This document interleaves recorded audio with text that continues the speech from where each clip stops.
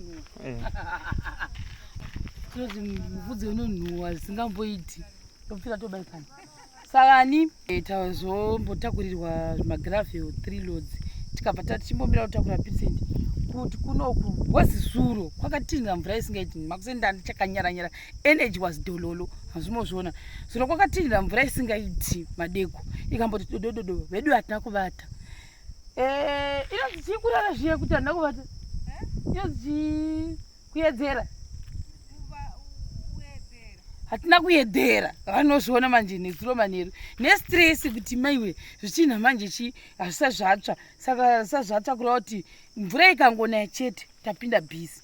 So mufudze uyu vamboya simbunzi uninge mushoma ndo mufudze watinawo saka aita 5 loads ati chitutu 1 apa ndomunga pane 3 pakadai 4 5 ava vana nefati ndo vasenga huni zvese madhonga arapapa zvose baba nefati ndo vakatema vanefati vakatakura then saka apa pandiani anga kutanga kutoisa ndibaba nefati mama kuisa baba nefati anga kutanga kuisa umu which is good saka idoni here yakaita zikise kure aidoni ndiyo hondo yedu guys woven zedu zvitinha zvatikaforoma zviya vakaronga namaiguru nevamwewo inangwa handizozvorongwa sei zvinhu izvi hamozviona kurava kuti yapamusira patoni kura ndo pachaenda pamufudzi apa ndomamiti pamwaukwani ko huni dzokwana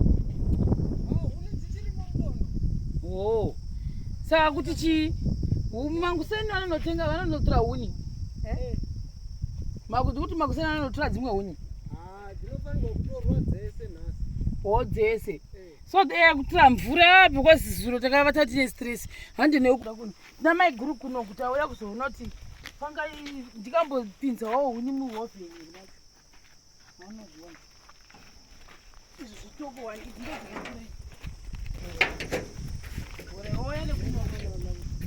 kumabhaketi nei aya handopinde nemvura vamai dzinoshanda navo vaonawo nhasi yaananzi ari kudofanira kwaendere nemvura ngasi mese umu ndo muchaenda hunu mese umu zvese kwese uku saka zvitinha zvedu ndo zvamunoona izvi kureva kuti 2 bedroom zedu dzinokwana saka ndichivabvunza maiguru kuti ko zvimwe zvitinha zvamasiya uko ndezvei saka vanga vachizokuvhara apa tikapedza kuisa hunu topedza kuisa moto zvinovhara mukati mese saka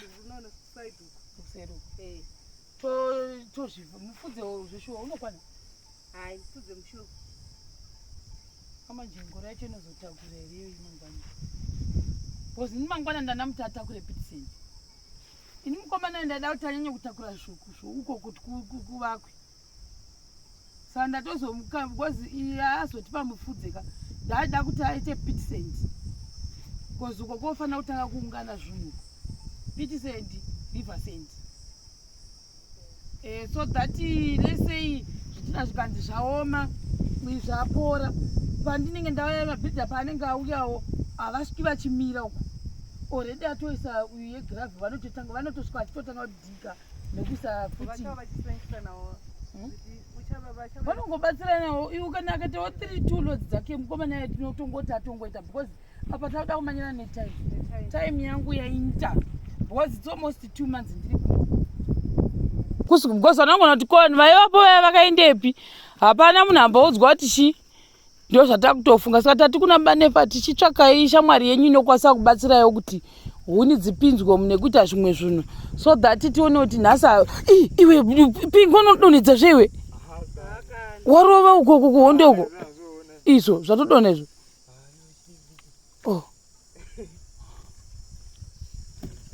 odonha ese tikaita losi pana saka hamene kwambonotsvaga imwe shamwari yavo but dai vanhu vanga vaudzwa kuti nhasi vanhu uyaika vaingouya sekuti mufudze uyu ndaubhadhara uyu mufudze wese wauya apapa ndabhadhara huni dzatina hedu kubhadhara tingada kunyeba baba nefati ndo vakadzitema dzose idzi vakazonotema ndati tsvakai munhu anokwanisa kuya kuzobatsirai shamwari yenyu totenga zvimasupawo vachimwa vachishanda nditi Chotsvaka chidhiringa mene kuti manje pachava vakadzi ndiani uchaya kuzobatsira kunama ipapa. Muchabatsigwa nani maiguru? Mubatsirwa nani?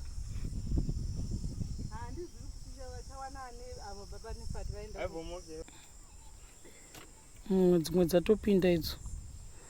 Mvura ndio yatiri kurikira because ikangonaya chete zvitinha zvakadai upenyu hwatopera. Tine takaita losi isina basa patasai kuwanda kwakaita zvitinha zvedu. Hatisisine zvitinha zvakawanda here kuno. Tisine zvitinha zvakawanda. Isusu tisine zvitinha hoboka. Hausi kundinzwa. So guys, tazotsvaga 6 pack.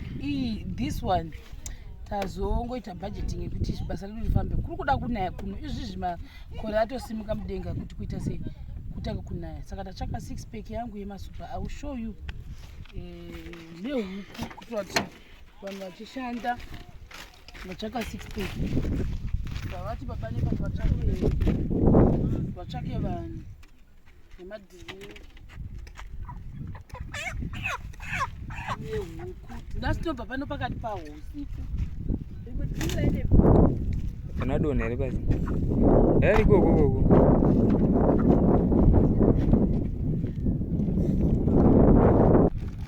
Saka izvo zvatatsvaka izvoti shanda yedu panapa. Saka anoti kapedza todya sei? Todya sei?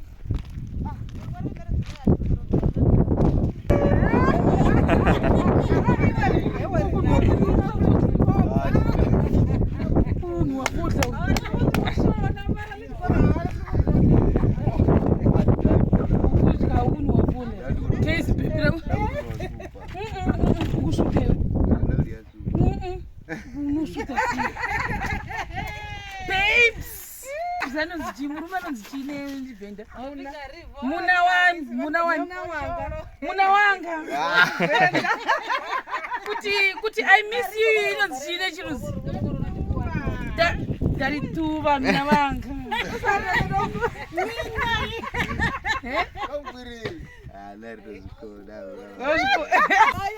Chisekerera. Chitaza kuno. Andibona. Noti nditarise noti. Sezangeno. You see?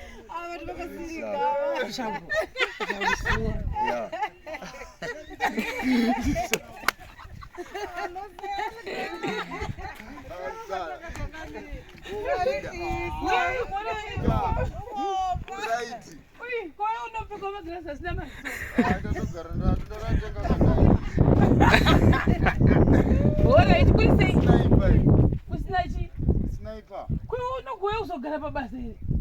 Hawana kushuma tikale tulodira madonna. Unoya mademvura. Ate unouya nemvura. Uyanza sunungura mombe kare.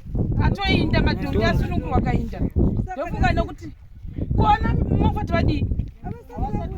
Ndibona kuti chadipedza nasa. Mvura ina here. Inonaya. Mvura inonaya. Todi tena nemusoro. Tena nemusoro.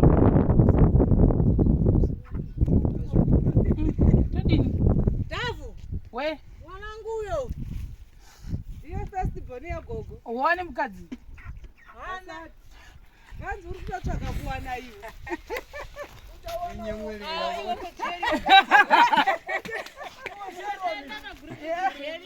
Alikushuta.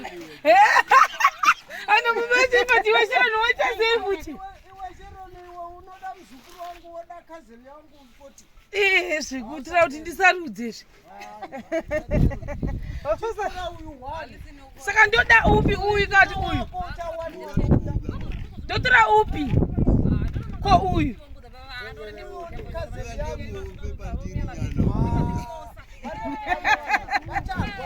Vanorwere. Anoshanda basa asingatete basa ndiani? Unolati?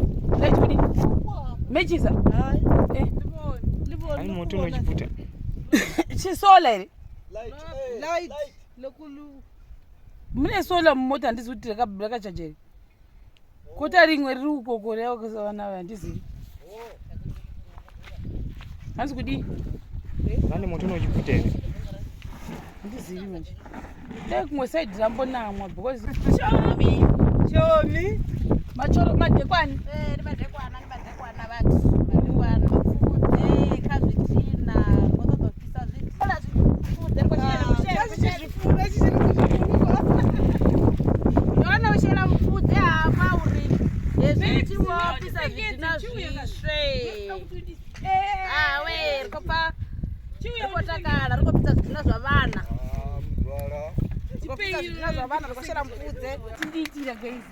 Oh my God, this is so sweet.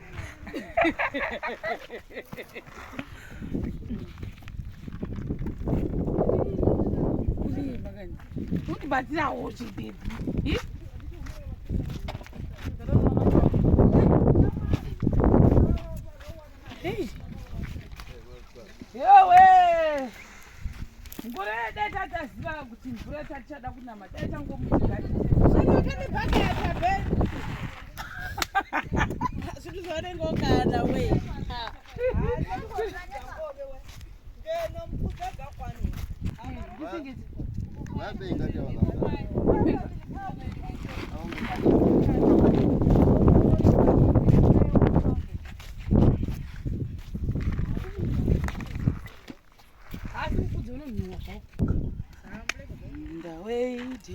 Ndawei vanhu vekutanga vaigarepi, vanhu vekutanga vaigarepi.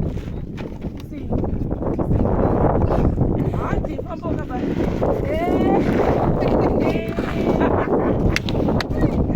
Ayana kakati.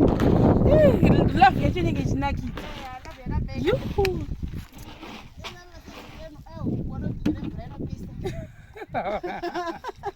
Oh, ka baby.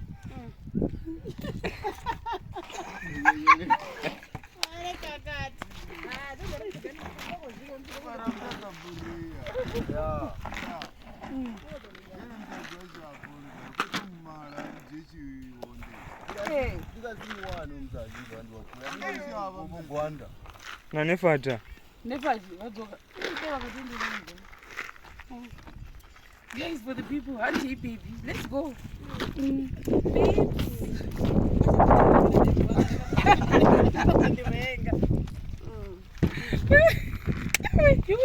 Aukanodero namwana nokudzinga pamba. Mwana wangu watomukwadza. So guys, right, ndichiri ipapo pane video redu rataita makuseni. Taita video redu mukomana wengoro asenga mufudze aripo. Ndio mara kuzasuko.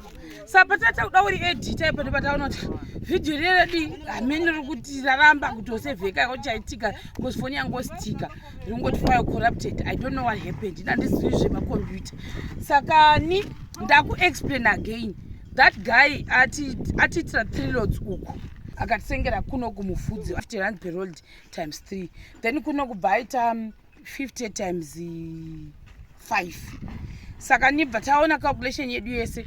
Samangwa tati ngaya atakure fuchi mapit cent. Saka handisi kuziva kuti what exactly.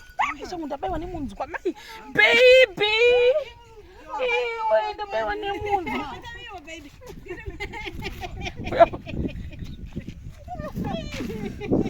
Oh my God.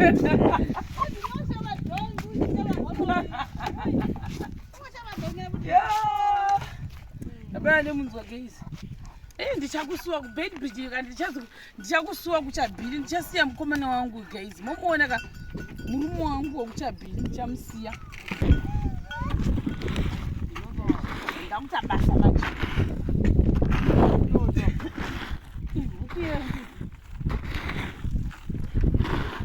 Nditaje serious. Omuya ake.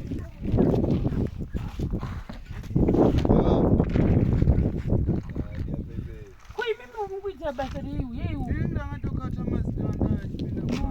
Wai.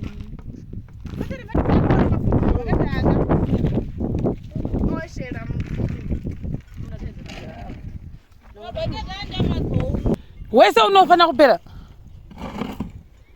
At least inenge isiri loss.